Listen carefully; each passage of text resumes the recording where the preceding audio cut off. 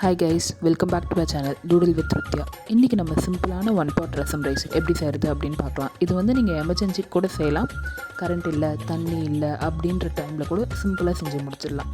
நம்ம ரெசிபிக்குள்ளார போகலாம். எப்படி செய்கிறது அப்படின்னு பார்க்கலாம். இன்றைக்கி இந்த ரெசிபிக்கு நான் 3/4 கப் அரிசி, 1/4 கப் துவரம்பருப்பு எடுத்து 15 நிமிஷம் நல்லா ஊற வச்சுக்கிட்டேன்.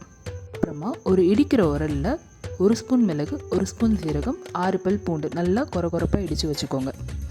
அப்புறமா இப்போ அடுப்பில் ஒரு குக்கர் எடுத்து வச்சு நல்லா எண்ணெய் ஊற்றி 1/2 ஸ்பூன் கடுகு, 1/2 ஸ்பூன் வெள்ளை உளுந்து நல்லா பொரிய விட்டுருங்க. பொரிஞ்சதுக்கப்புறமா நம்ம இடித்து வச்சுருக்க அந்த மசாலாவையும் சேர்த்து ஆட் பண்ணிக்கோங்க.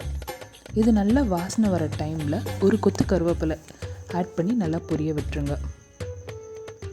அப்புறமா ஒரு துண்டு பச்சை மிளகாய், ஒரு துண்டு காஞ்ச மிளகாய் ரெண்டுத்தையும் ரெண்டாக உடச்சி அது உள்ளார சேர்த்து வதக்கிடுங்க.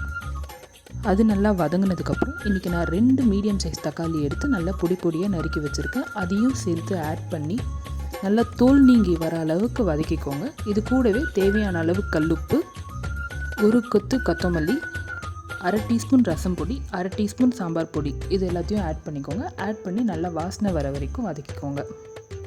கூடவே ஒரு சிட்டிக்க மஞ்சத்தூளும் ஆட் பண்ணிக்கோங்க. இது வந்து நான் போடுறதுக்கு மறந்துட்டேன், அதனால் தண்ணி ஆட் பண்ணதுக்கப்புறம் நான் இன்றைக்கி ரெசிபியில் ஆட் பண்ணியிருக்கேன். ஆனால் நீங்கள் எந்த டைம்லேயும் மஞ்சத்தூள் போட்டுக்கலாம்.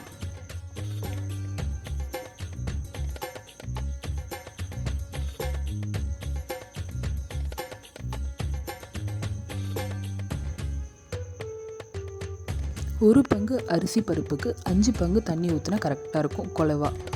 இது தண்ணி சேர்த்தக்கப்புறம் இது கூடவே ஒரு சின்ன நெல்லிக்காய் சைஸ் அளவுக்கு புளி ஊற வச்சுருக்கேன். அந்த புளி தண்ணியும் இதில் ஆட் பண்ணி நல்லா கொதி வர விட்டுடலாம்.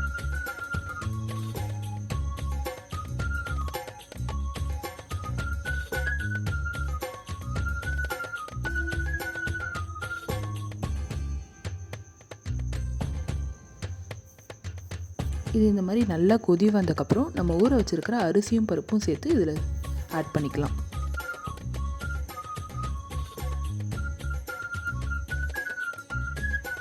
இப்போ ஆட் பண்ணதுக்கப்புறமா நல்லா ஒரு கலரி விட்டுட்டு நம்ம குக்கரை மூடி 3 விசில் மீடியம் ஃப்ளேமில் வச்சுருவோம். இந்த மாதிரி 3 விசில் மீடியம் ஃப்ளேமில் வச்சிங்கன்னா நல்லா குழஞ்சி வரும். ஹை ஃப்ளேமில் வைக்கும்போது உங்களுக்கு சாதம் வெந்துடுமே தவிர இந்த மாதிரி குழஞ்சி வருமா அப்படின்னு கேட்டிங்கன்னா அந்தளவுக்கு குழைவாக இருக்காது.